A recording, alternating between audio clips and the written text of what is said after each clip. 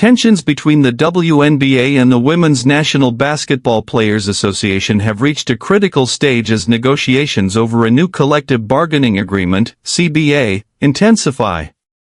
With the WNBA season scheduled to tip off on May 8, the clock is ticking, and the risk of a delayed start or even a work stoppage is increasingly real.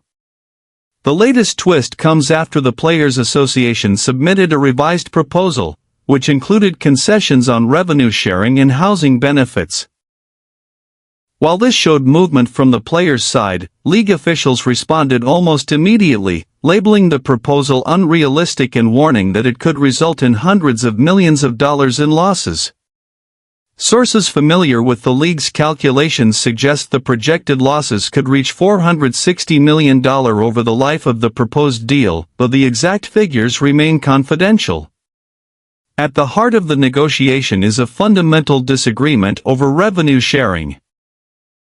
The players' latest proposal lowers their requested share of gross revenue from about 31% to an average of 27.5%, starting at 25% in year one.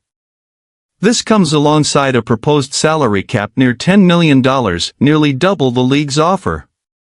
On salaries, the proposed increases are substantial. The average player's salary would rise to around $535,000 in year one from roughly $120,000, while maximum salaries could climb to $1.3 million from $250,000. The dispute boils down to gross versus net revenue. The WNBA's proposal is based on 70% of net revenue, equating to roughly 15% of gross revenue. Gross revenue accounts for all income before expenses, whereas net revenue deducts operating costs first. The league argues that higher gross revenue allocations could threaten financial sustainability, while players contend that fair growth requires a larger share upfront. Time is now a critical factor.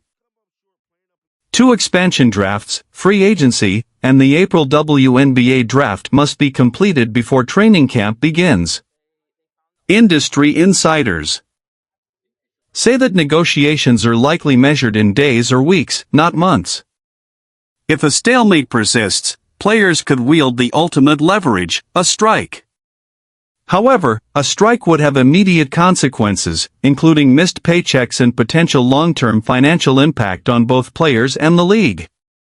As Brianna Stewart pointed out, if there is no revenue, there is nothing to share, highlighting the delicate balance of growth versus immediate compensation. Analysts suggest the league's current offer may be near its final position, leaving the players with a strategic choice: push further for a principled stance or accept the deal to protect the season. Optimists point to the back-and-forth as a sign that negotiations are still active, while pessimists warn the gap between the sides remains significant. With urgency mounting, both sides now face a critical question. Can they reach a compromise before the season, or will the WNBA experience its most significant labor standoff in years? Don't forget to like, subscribe, and hit the notification bell to stay updated on all things WNBA and Indiana Fever.